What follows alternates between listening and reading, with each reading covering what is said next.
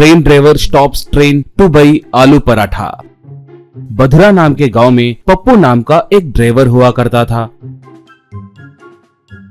वो बहुत लालची होने के साथ साथ घमंडी भी था।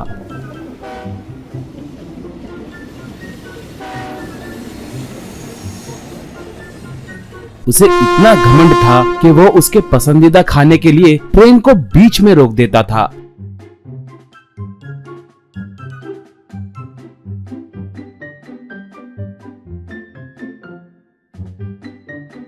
अगर ये बात पता चल के कोई ऊपरी अधिकारी उसे पूछता तो पप्पू उसके पहचानत के गुंडों से उन अधिकारियों को बहुत सताता था। पप्पू को 10 गांव पार मौजूद राजू के बनाने वाले आलू पराठे बहुत पसंद थे। वो उन पराठों को खाने के लिए ट्रेन वहां पर रोक देता था।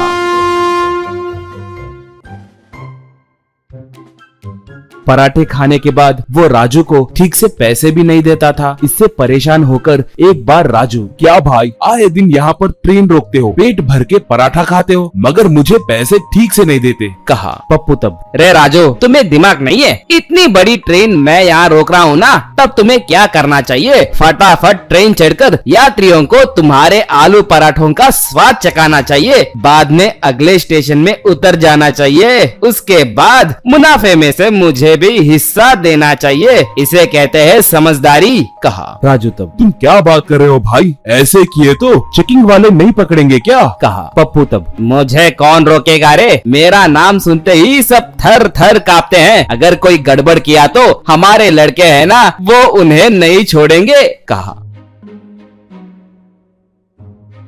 अगले दिन पप्पू राजू के आलू पराठा होटल के पास ट्रेन को रोका। पप्पू पराठा खाने तक राजू फटाफट ट्रेन में चढ़कर आलू पराठा यात्रियों को बेचने लगा।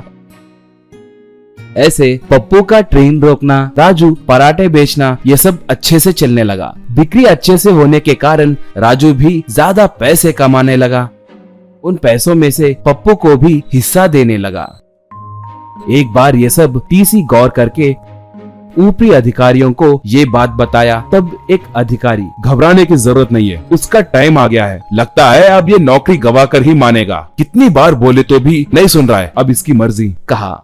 ऐसे थोड़े दिन बीतने के बाद एक बार पप्पू राजू के आलू पराठे के पास ट्रेन को रोका, मगर वहाँ पर राजू नहीं दिखा। तरुण नाम का एक व्यक्ति दिखा। पप्पू तरुण से, तुम कौन हो? नए आए हो क्या? तुम्हारी सूरत देखे तो ही मुझे चिढ़ मच रही है। राजू कहाँ पर है? पूछा। ये सुनकर तरुण को बहुत गुस्सा आया, मगर गुस्से को रोककर तरुण, मैं उनका साला हूँ भाई। जीजा जी ने आपके हिस्से के बारे में बताया। आज बेचने के बाद आपका पूरा हिस्सा मैं दे दूंगा, कहा। तो पप्पू, ठीक है, चाहे तो आधा घंटे तक ट्रेन को रोकूंगा। ज्यादा पराठे बेचो, बेचने के बाद मुझे ज्यादा पैसे देना होगा, समझ गए, कहा।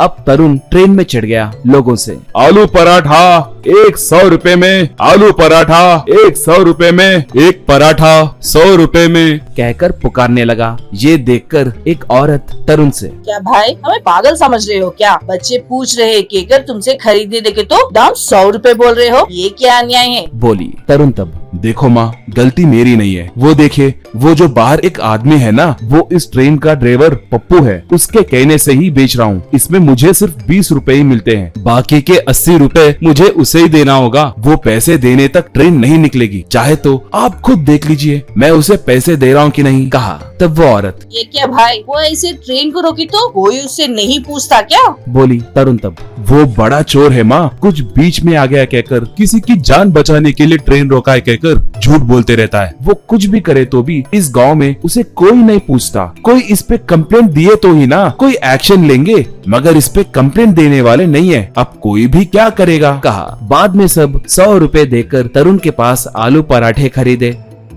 बाद में तरुण पप्पू के पास जाकर पप्पू को पैसे दे दिया। यात्री वो सब देखे और अपने फोन में रिकॉर्ड किए। बाद में यात्री अगले स्टेशन में उतरकर ऑफिसर को पप्पू के ऊपर रिटन कंप्लेंट दिए।